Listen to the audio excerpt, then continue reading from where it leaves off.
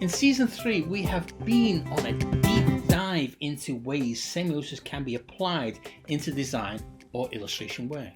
The episodes this season have also led you all to a surprising revelation that you have always been semiotic encoders.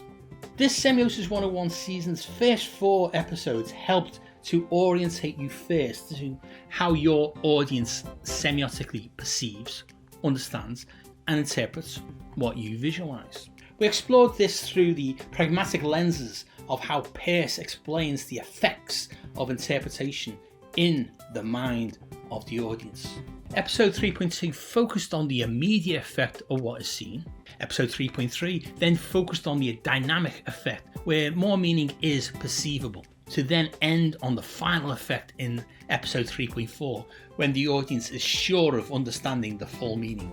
You can watch these episodes individually or back to back in Omnibus 3.1 Semiotic Meaning Bearing. These episodes establish the perceptual base to then flip the conversation back to how the creative can begin to encode meaning into any piece of visual communication work, big or small. In Season 4, we will play a game of 20 questions. Each episode will answer a specific question on applying semiotics. This is about gaining knowledge to develop your own semiotic frame of mind. Applying semiosis in your ideation stages of sketching first needs a lateral step in understanding that semiotics is natural. These 20 Season 4 questions will be grouped into 6 sub-themes, which will help you step your way forward a new semiotic frame of mind.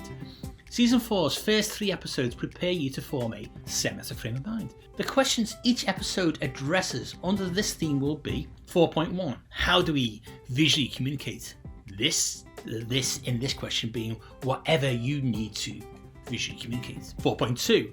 How can we clearly convey visual meaning, in which we quickly explore the semiosis box of tricks. 4.3. How is a small perspective change advantageous? You will be surprised by how a small change in thinking opens up semiotics to you. These questions will put you in a good place to then see how Peirce's semiotic sign action, semiosis, can be applied to existing creative practice. This season's theme was encoding semiotic science.